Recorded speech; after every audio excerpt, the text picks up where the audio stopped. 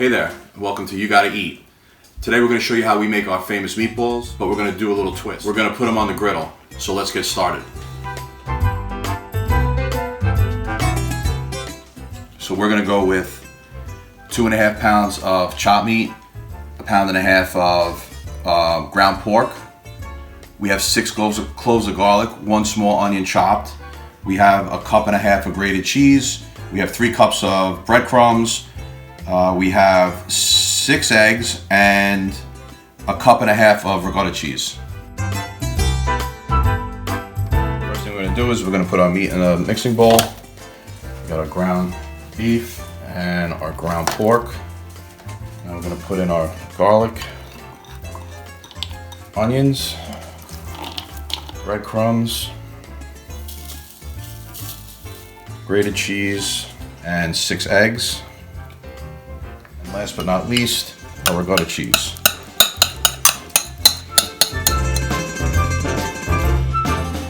Alright, we got everything together. We mixed it all up. Now we're going to throw this in the refrigerator for about 30 minutes or so so it can bind together. Alright, so we just got this out of the refrigerator. Start rolling them into balls.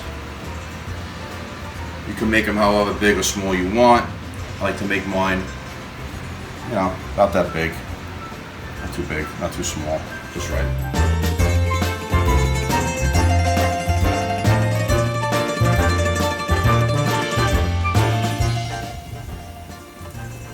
Okay, we're ready to put our meatballs on the griddle. First we have to throw a little oil on there. Olive oil we're using. It's hot.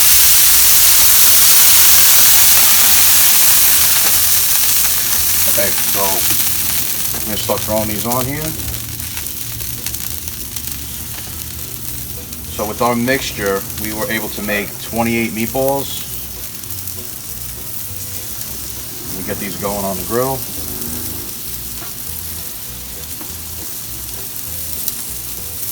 Looking good.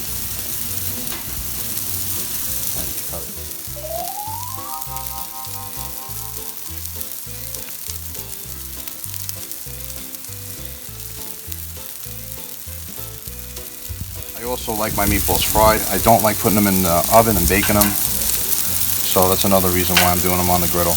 But you can do them in the frying pan. You can do them, throw them in the oven if you want. Again, it's how you like them. It reminds me of when we used to go to Sunday dinner. Sunday dinner was a big thing back in the day for us. You know, most Sundays we were at my grandparents' Anna and Salvatore. We were at their house. I always remember my grandmother standing over the stove. She was always cooking something. And I remember her making meatballs. And she would fry hers, and there was a ton of grease. You would see the grease sitting on top of the sauce. That's how you knew it was good. And those are the good old days. This was an experiment, and for all intents and purposes, it looks like it's going pretty well. You have a lot of meatballs to make. Throw them on the griddle, and you bang them out. Again, gotta have a griddle. You gotta have a griddle, but it's a great way to cook them, especially if you're making a lot of them. And it's good because you could freeze them, you could save them for the next day. You know, you have extras, you can feed the family the next day. You can make meatball heroes, basically do whatever. My favorite is the next day. I take them, I cut them in half, throw a little sauce on, mozzarella, throw it in the microwave, and then I put them on Wonder Bread. Phenomenal. I love it.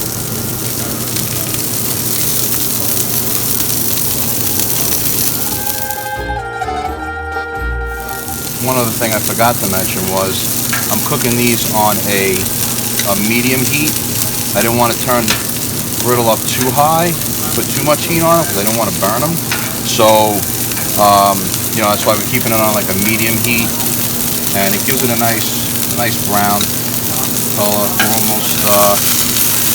almost browned on all sides, and we'll get ready to throw them in the sauce in a few more minutes. One of my favorite movie lines is from The Godfather, when Clemenza is talking to Michael. He shoves all his sausage and his meatball into the sauce, because someday, you never know, you might have to cook for 20 guys. Well, with these meatballs we just made, we could probably feed about 20 guys. You want to nest them down into the sauce so they all get covered. You don't want to put too much pressure on them, so you don't want them cracking open. If they do, not a big deal. Then you got yourself a meat sauce. But either way, it's all good. Alright, that's the last one. Now we're going to stir it up a little bit. Get them all covered in there.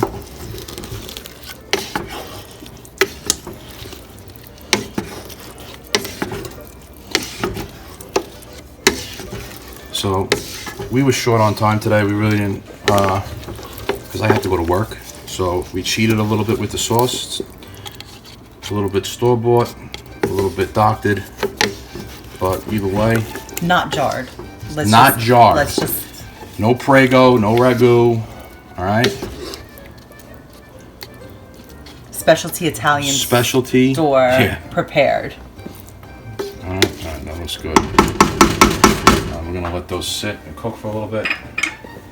All right, now that we got our meatballs dropped in, we're gonna go ahead and start with the spaghetti. We got 2 pounds of spaghetti here. He just started to heat up the pan. I'm gonna throw the spaghetti right in the pan. Okay, right in the pan, just like that, and let it heat up a little bit. About 10 cups of water, enough to cover the pasta. Then we're gonna salt it. I like doing it this way because I feel that it cooks a lot quicker. All right, the water's salted nice. So a couple things I learned recently, which I didn't know, was that I always knew you added salt to pasta water and you're supposed to make it taste like the sea, so it needs to be really salty. But what I didn't know is that you're supposed to add it once the water boils so that the salt doesn't scar the pot. If it's in there before and then the water starts boiling, it avoids it from scarring the pot if you put it in after it boils. You should not add oil to your water because oil and water don't mix, as we all know from science class. What happens is it will stick to the pasta, so when you drain it, the pasta has oil on it, and instead of being able to absorb the red sauce or whatever sauce it is you're making, it doesn't do that because the oil is preventing it from doing that. So just couple little tips. Plus, you always want to reserve a little of your pasta liquid in case you need to thicken your sauce. Once you're finished with the pasta, you're serving this thin, and you want to thicken it up a little. This has a lot of starches in it, obviously, from cooking the pasta, and it will be a great thickener.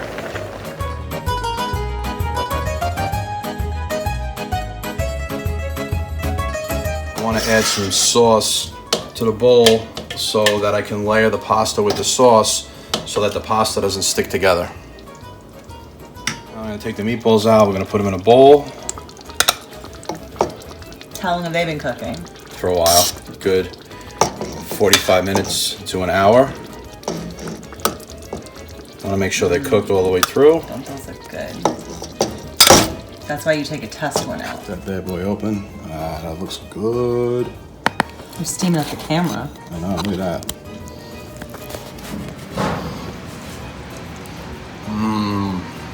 Delicious. Alright, that's it. We hope you enjoyed our meatball and spaghetti video. Because remember, the meatballs are the star of this show. We hope you try these out and make them yourselves. And if you do try them out, let us know what you think. Definitely. Leave comments below. And Buon Appetito. Remember, you gotta eat.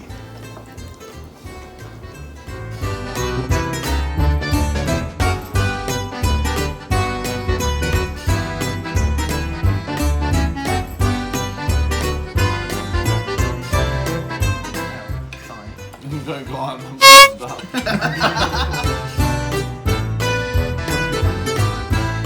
So we're getting some garlic chopped up here for the meatballs to have with our spaghetti.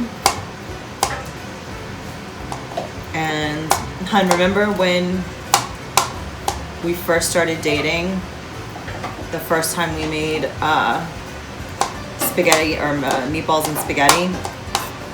Yeah. And you told me that you'd never cut garlic before. You didn't know how, so you had me do it.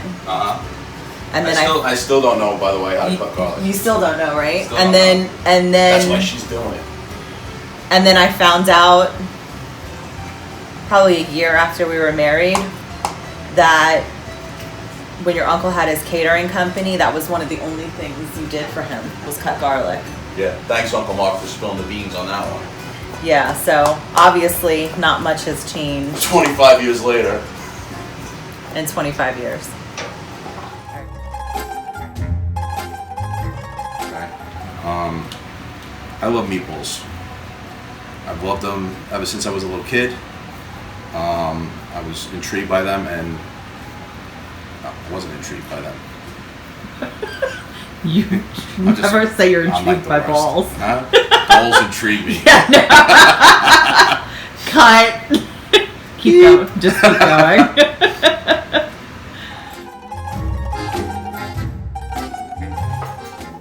So this is our little Zita, and Zita in Italian means little girl, and she is Italian, and you know how we can tell? Because she loves her pasta too. Right, Z? Good girl. Hey guys, we hope you enjoyed our new video. Make sure you click the subscribe button below. This way you'll know when we upload new content, and we'd love to know your thoughts, so leave us a comment. You can follow us on Instagram at you_gotta eat, and on Facebook at you gotta eat. Till next time. See ya.